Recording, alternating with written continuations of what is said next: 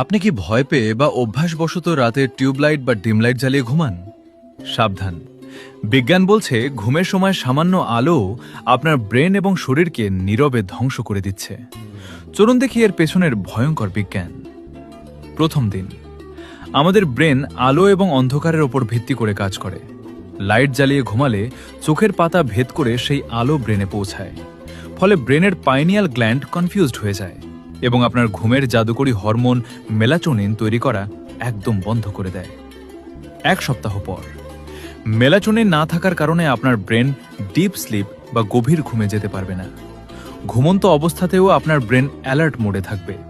ফলে আপনার রক্তে কর্টিসল বা স্ট্রেস হরমোনের মাত্রা মারাত্মকভাবে বেড়ে যাবে এবং সকালে উঠে আপনি প্রচণ্ড ক্লান্তি ও মাথা ব্যথা অনুভব করবেন। 21 দিন পর, সবচেয়ে ভয়ঙ্কর ব্যাপার ঘটবে আপনার পেটে। অন্ধকারে না ঘুমালে আপনার শরীরের সার্কাডিয়ান রিদম নষ্ট হয়ে যায় এবং মেটাবলিজম একদম ধীর হয়ে পড়ে। ফলে আপনার শরীর খাবার হজম করার বদলে ইনসুলিন রেজিস্ট্যান্সের কারণে পেটে ও লিভারে জেদি চর্বি জমা করতে শুরু করে।